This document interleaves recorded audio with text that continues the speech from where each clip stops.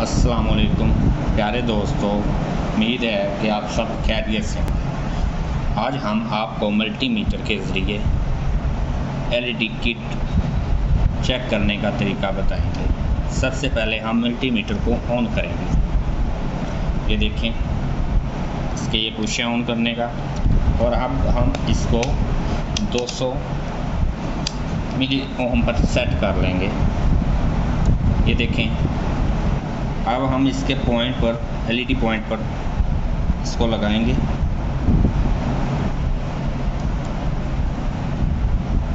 ये देखें,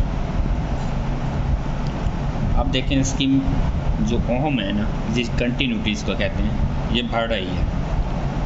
इसका मतलब है कि हमारी एलईडी किट बिल्कुल ठीक है।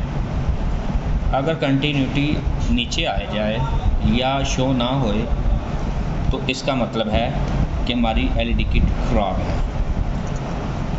ये देखें, जो हमारे पास ये किट मौजूद है,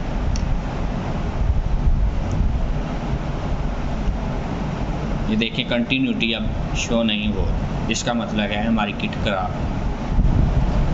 चलो दोस्तों, उम्मीद है कि हमारी आज की वीडियो आपको बहुत पसंद आई होगी। चलो चलते हैं अगली वीडियो की तरफ।